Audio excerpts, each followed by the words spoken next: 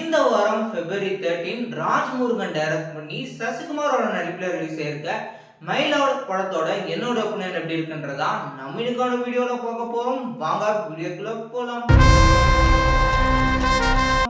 வசதியான குடும்பத்தில் இருக்கக்கூடிய ஒரு பெண்ணுக்கு கிட்னி ஃபெயிலியர் ஆயிருக்கு. இதுக்காக டோனரை தேடிட்டு இருக்காங்க. அப்படி தேடிட்டு இருக்கும் போது சசிகுமார் கிடைக்க போக இதுக்கப்புறம் என்ன நடக்குதுன்றதான் இந்த படத்துடைய என்டையர் ஸ்டோரி.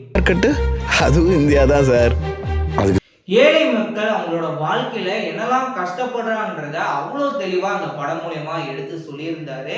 இதுக்கு முன்னாடி அவரு மெகந்தி சர்க்கஸ், ஜோர்கம் போன்ற படங்கள் எல்லாம் எப்படி ஸ்கிரீன் பிளே பிரசன்ட் பண்ணியிருந்தாரோ அதே மாதிரி தான் இந்த படத்தையும் பிரசன்ட் பண்ணியிருந்தாங்க. பட் ஆக்சிடென்டலா ஒரு படம் டைரக்ட் பண்ணியிருந்தாரு. அந்த படம் ஆடியன்ஸ் மத்தியில பெருசா பேசப்படாத ஒரு படமாயிடுச்சு. படம் ட்ரோல் மீட்டர்ல இருக்கு அப்படின்னு சொல்லலாம். மேபி உங்களுக்கு அந்த படத்தோட பேர் தெரிஞ்சது அப்படின்னா கீழே கமெண்ட் செக்ஷன்ல தட்டி விட்டு போங்க. இந்த படத்துடைய ஃபர்ஸ்ட் ஹாஃபை பொறுத்த வரைக்கும் ஓகே அப்படின்ற ரகத்துல தான் கொடுத்துருந்தாங்க. ஏன்னா படத்துல எசகாத்தே அப்படின்ற அந்த ஒரு பாடல்ல சிவனுடைய பேக்ரவுண்ட் ஸ்கோர், அது வரக்கூடிய அந்த ஒரு வரிகள் ஆகட்டும், இல்ல அவங்க விஷுவலி அந்த ஒரு காதல் போர்ஷனை காமிச்சதை அவ்வளோ அழகா கொண்டு போயிருந்தாங்க.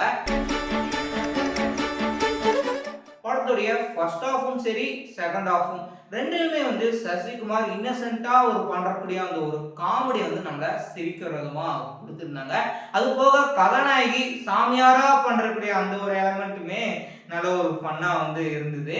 படத்துடைய செகண்ட் ஹாஃப் தாங்க மக்கள் என்ன மாதிரிலாம் கஷ்டப்படுறாங்க, சசிகுமாருக்கு என்ன நடக்க போகுது அப்படின்னு சொல்லி த்ரில்லிங் எலமெண்ட்டை சுவாரஸ்யமா ஓரளவுக்கு கொண்டு போயிருப்பாங்க அப்படின்னு சொல்லலாம். ஏன்னா ஒரு சில இடங்களை பொறுத்த வரைக்கும் அந்த ஒரு சுவாரஸ்யம் குறையிற மாதிரி ஃபீல் ஆச்சு. அடுத்து என்னென்ன நடக்க போகுது, இவங்க என்ன பண்ண போறாங்க, படம் எப்போ ஃபினிஷ் ஆகும் அப்படின்ற ஒரு ஸ்டேஜுக்கு படத்துடைய செகண்ட் ஹாஃப் கிட்டத்தட்ட கொஞ்சம் போயிருந்தாலும் கூட கிளைமேக்ஸ்ல கன்வே பண்றக்கூடிய அந்த ஒரு விஷயம் அவ்வளோ அருமையா பிரசன்ட் பண்ணதுனால படம் பார்க்கறதுக்கு சூப்பரா இருக்குது.